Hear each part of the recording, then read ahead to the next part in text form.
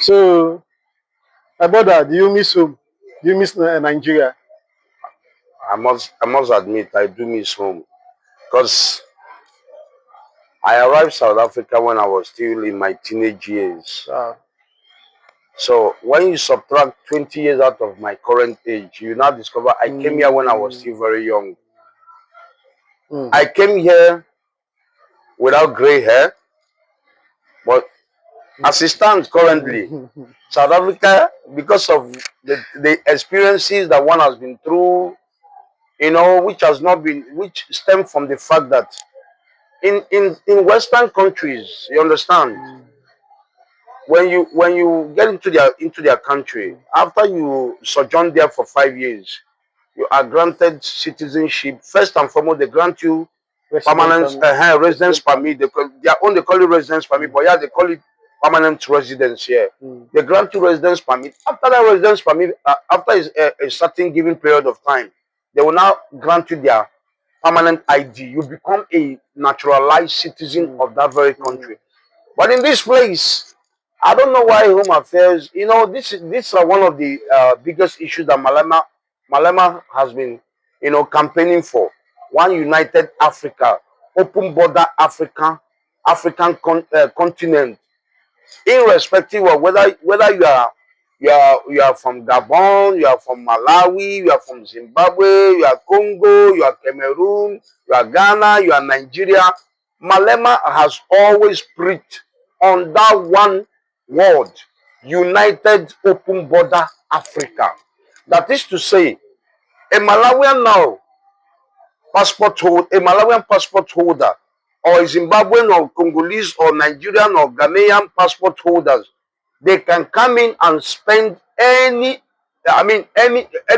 time or duration of time they want to stay in South Africa, visa free. That is what Malema, the leader of my CIC, commander in chief of the EFF party, that is what he has been preaching about.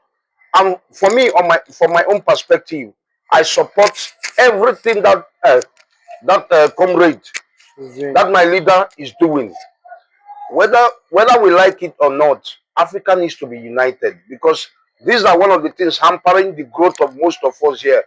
We don't have the right papers to grow in our businesses. That is why a lot of us find ourselves still at a point In a box. in a box. Thank you. So have you applied for permits? Be honest, have you applied for permits? I've done that so many times. They rejected my application, telling me that I'm not qualified. I told them, but how am I not qualified? I don't have any criminal record. I never went through the back door. I went myself. I didn't go through any agent. In Victoria or in Jure? I did that in Cape Town, and I also did there in PE Home Affairs. I was told I am not qualified. Can you imagine a man, a grown man, a father of 9 kids, 6 boys, 3 girls, using asylum paper till now? That is the question I'm coming to ask you now. Are you married? I was once married, but we separated. Okay. So that relationship, how many kids that relationship, how many children coming from that relationship?